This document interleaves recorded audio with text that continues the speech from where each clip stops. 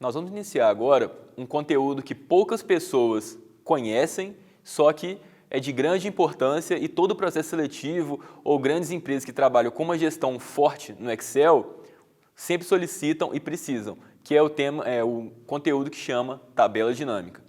Bom, a gente vai aprender aqui nesse módulo tabela dinâmica e gráfico dinâmico.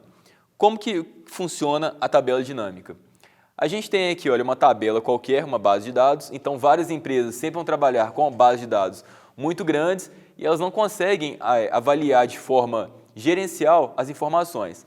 Por exemplo, um setor de varejo, será que a empresa ela consegue avaliar, dado que ela tem um volume de vendas imenso, qual que é o tipo de produto que está saindo mais, qual que é a margem que ela tem de venda média, quanto que um cliente compra em média na empresa dela, né? Ou seja, o ticket médio por cliente, qual que é o volume de vendas, qual que é a margem mensal que tem. Ou seja, tem várias informações que nós registramos num controle de fluxo de clientes que a empresa precisa analisar de forma rápida. Então, se a gente fosse pedir para uma pessoa que não conhece tabela dinâmica fazer isso, poderia utilizar um conte-se, um soma-se, um soma-sis. Só que se a gente for lembrar que quando a gente aprendeu lá nos nossos módulos anteriores, a gente sabe que um conte-sis, um soma-sis fica muito grande. A tabela dinâmica a gente consegue gerar uma informação rápida com 2 a 3 cliques. Então, vamos entender como que funciona aqui a tabela dinâmica. Eu tenho aqui uma base de dados, não preciso selecionar a tabela inteira, basta eu clicar em qualquer célula que o Excel já faz a seleção automaticamente. Então, eu venho aqui na aba Inserir e tem aqui, olha, tabela dinâmica.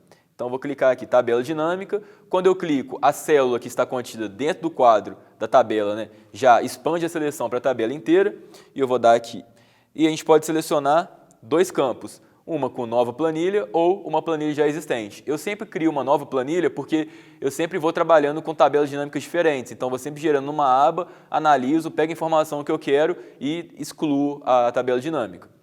Então, vou clicar aqui, olha, em tabela dinâmica, nova planilha e vou dar OK. Então, ó, procedimento bem simples. Cliquei na tabela que eu tenho informação, inserir tabela dinâmica, pronto, apareceu esse quadrinho aqui e todas as informações do meu cabeçalho que estão lá na tabela vão aparecer aqui. Beleza, eu tenho lá relação a mês, setor, vendedor, região, faturamento. Primeira coisa, a informação mais simples. Quanto que eu faturei naquela minha rede de supermercados? Pego aqui o faturamento e vou colocar em um dos 4 campos que eu possuo na minha tabela dinâmica.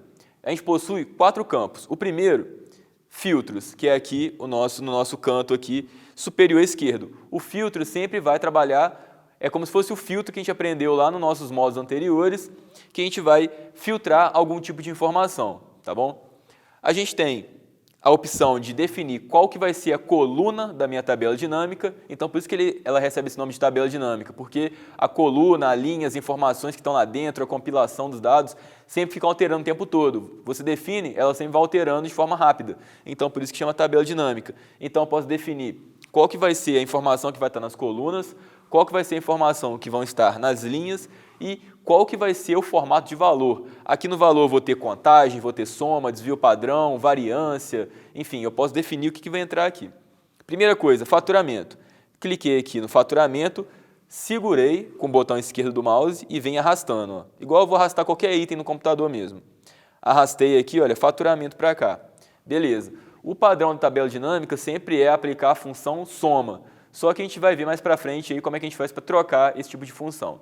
Então, olha, a princípio aqui, quanto que eu tive de faturamento? Eu tive de faturamento aqui o valor de 700.080,50 e poucos aí. Esse valor de faturamento aqui, a gente pode transformar no valor monetário. Como que eu faço isso? Selecionei aqui o valor, cliquei aqui em página inicial e vou clicar aqui na moedinha. Ó. Tem uma moedinha aqui em cima, que é formato de números de contabilização. Cliquei na moeda, eu tenho aí qual foi o meu faturamento total. Só que agora eu não quero saber mais o total, eu quero saber o faturamento por mês.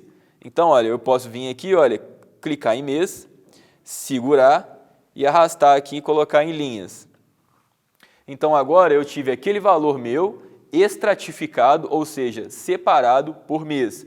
Então, olha, eu tive ali os meus rótulos de linha e aqui do lado eu tenho a soma do faturamento total e o meu faturamento por mês.